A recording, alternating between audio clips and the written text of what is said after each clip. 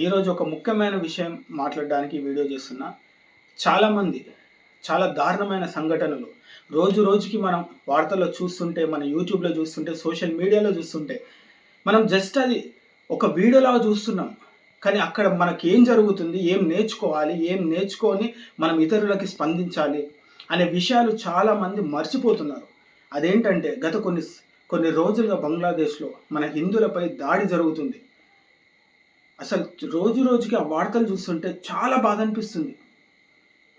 అది ఎట్లా అవుతుందంటే మరి క్రూరంగా వాళ్ళు ప్రవర్తిస్తున్నారు మన హిందువుల పైన.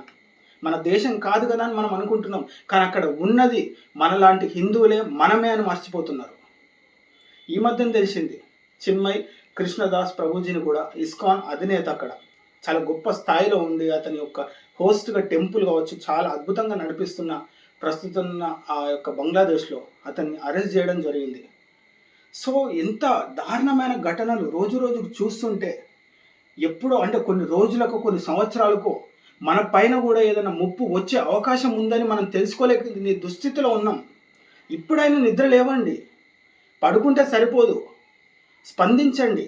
ఇక్కడ మనం స్పందించడం వల్ల అక్కడ ఏదో జరుగుతుందని కాదు. మనం కొన్ని సందర్భాల్లో మనకి తోచిన సాయం మనం చెయ్యలేకపోయినా కూడా మాట సాయమైనా చేయగలిగితే మన తోటి వాళ్ళకి అవగాహన వస్తుంది ఏం జరుగుతుందో. రోజు వచ్చే ఆ టైంపాస్ వీడియోలాగా మనం ఇవి కూడా చూసి పక్కన పెట్టేస్తున్నాం. దానివల్ల మనకి ఏది ఇంపార్టెంట్, ఏది టైం వేస్ట్ అనేది మనకి తెలుస్తలేదు. ఇన్స్టాగ్రామ్లో మనం ఫోకస్ చేస్తున్నాం, యూట్యూబ్లో ఫోకస్ చేస్తున్నాం, కానీ అసలైన విషయాల గురించి మనం ఆలోచిస్తున్నామా? జరుగుతున్న ప్రమాదాలు కావచ్చు, జరుగుతున్న దాడులు కావచ్చు, క్రూరంగా తయారవుతున్న మనుషులు కావచ్చు, ఈ విషయాల గురించి ఎంతమంది ఆలోచిస్తున్నారు, ఎంతమంది నలుగురితో పంచుకుంటున్నారు, ఎలా జాగ్రత్తలు తీసుకోవాలని ఎంతమంది ఆలోచిస్తున్నారు? ఒక్కసారి ఆలోచించండి. ఎప్పుడైనా ఎక్కడో జరుగుతుందని కాదు, ఎప్పుడైనా నీకు కూడా జరగచ్చు, నీ ఇంటి పైన కూడా దాడి జరగచ్చు. ఈరోజు నువ్వు నిద్ర లేస్తే తప్ప ఈ విషయాల గురించి 10 మందికి పంచుకోండి. ఇలా జరుగుతుంది, ఇలాంటి పరిణామాలు తయారవుతున్నాయి, మన చుట్టూ ఇలాంటి ప్రమాదాలు తయారవుతున్నాయి. సో ఈ విషయాల గురించి ప్రతి ఒక్కరు స్పందించండి. చాలామంది స్పందిస్తున్నారు, దాని గురించి ఫోకస్ చేస్తున్నారు. పూర్తి న్యూస్ అనేది, వివరాలు అనేది చాలా విచిత్రంగా జరుగుతున్నాయి. అక్కడ జరుగుతున్న వాతావరణంలో ఎంతోమందిని హిందువులని చంపిన వాళ్ళని కూడా అరెస్ట్ చేయలేదంటే, అక్కడ ఏది ఎఫ్ఐఆర్ కూడా బుక్ కాలేదంటే, రకరకాల వాతావరణం అయితే జరుగుతుంది. సో దీన్ని బట్టి మనం ఏం చెయ్యాలి అంటే స్ట్రాంగ్ అవ్వాలి, సెల్ఫ్ స్ట్రాంగ్ కావాలి. మనలో యూనిటీ లేదు, మనలో మనకే అసలు ఎటువంటి పరిస్థితి లేదు ఇడ. దాన్ని మనం తెలుసుకోవాలి, స్పందించాలి, యూనిటీగా అందరూ ఒకటి కావాలి. జరుగుతున్న సమస్యలు, జరుగుతున్న దాడుల నుంచి మనం ఏం నేర్చుకుంటున్నాం, ఎంత జాగ్రత్త తర్వాత ఉన్న వాళ్ళకి నేర్పాలనే విషయాల గురించి మనం రోజు రోజుకి మర్చిపోతే తర్వాత ఫ్యూచర్ ఏముంది? నువ్వు ఎవరికి ఏం చెప్తావు? ఫస్ట్ నువ్వు నేర్చుకో, జరుగుతుంది, అలర్ట్గా ఉండు, అలర్ట్గా అందరిని గ్యాదర్ చేసుకొని జరుగుతున్నాయి, ఇట్లా దారుణాలు జరుగుతున్నాయి. ఎన్నెన్ని చూస్తున్నాం మనం వార్తలు, మనం చూస్తున్నాం, కానీ ఏమైనా నేర్చుకుంటున్నామా? ఎలా మనం ఏమైనా తయారవుతున్నామా? ఏమైనా జాగ్రత్తలు తీసుకుంటున్నామా? మన చుట్టూ ఉన్న వాళ్ళకి ఏమైనా జాగ్రత్తలు చెప్తున్నామా? ఎక్కడో జరుగుతుంది, ఎందుకు ఇంత స్పందించడం అనుకోవచ్చు. రేపు నీ దగ్గరికే రావచ్చు, నీ చుట్టే జరగచ్చు, నీ వాళ్ళపైనే జరగచ్చు. సో ప్రమాదం ఎక్కడి నుంచైనా రావచ్చు. గత కొన్ని రోజులుగా మనం అక్కడ చూస్తున్న వాతావరణం చూస్తుంటే ఎప్పుడో ఒక చోట పెద్ద ముప్పే ఉందని అనేటట్టుగా అనిపిస్తుంది నాకు. సో బీ కేర్ఫుల్, ప్రతి ఒక్కళ్ళు ఆలోచించండి, అట్లీస్ట్ మాట్లాడండి. ఇట్లా జరుగుతున్నాయి కదా, పొద్దున్న లేసే పడుకునే వరకు అవసరం లేని విషయాల గురించి మనం మాట్లాడతాం, అవసరం లేని టాపిక్ల గురించి నలుగురితో పంచుకుంటాం, అవసరం లేకుండా ఖాళీగా మన సమయాన్ని వృధా చేస్తాం. సమాజం కోసం, ధర్మం కోసం, మన ఇంటి కోసం, మన అనుకునే వాళ్ళ కోసం, మన హిందువుల కోసం, మన సనాతన ధర్మం కోసం మనం ఏమైనా మాట్లాడుతున్నామా? అసలు మాట్లాడాల్సిన బాధ్యత ఉందని మర్చిపోతున్నారు చాలామంది.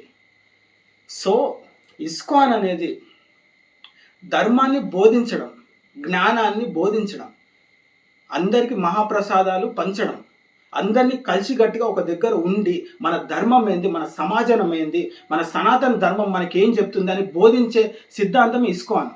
అలాంటి ఒక పవిత్రమైన ఇస్కాన్ సంస్థలో కూడా చాలామంది రకరకాలుగా మాట్లాడుతున్నారు.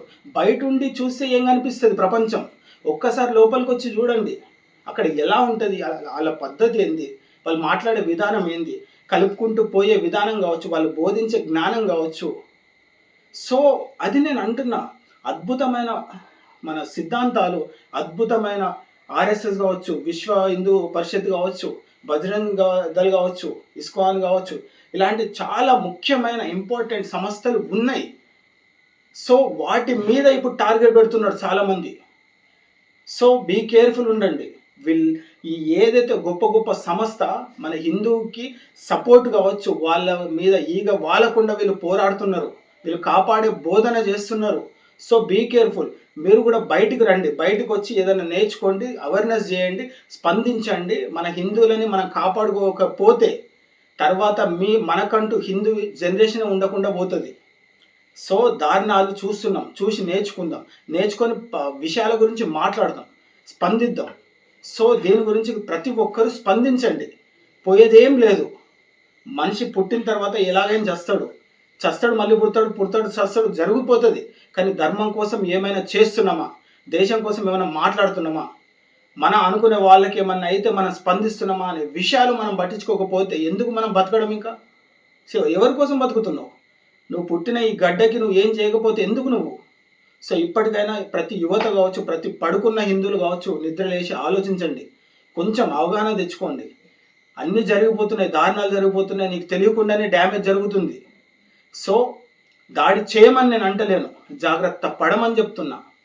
అందరినీ అలర్ట్గా ఉంచుమను, అందరినీ మంచి బోధించు, జరుగుతున్న అంత యూనిట్గా తయారయ్యే ఒక సిద్ధాంతాన్ని సృష్టించుకోవాలి. ఇప్పుడున్న పరిస్థితిలో దాని మీద ఫోకస్ చేయండి.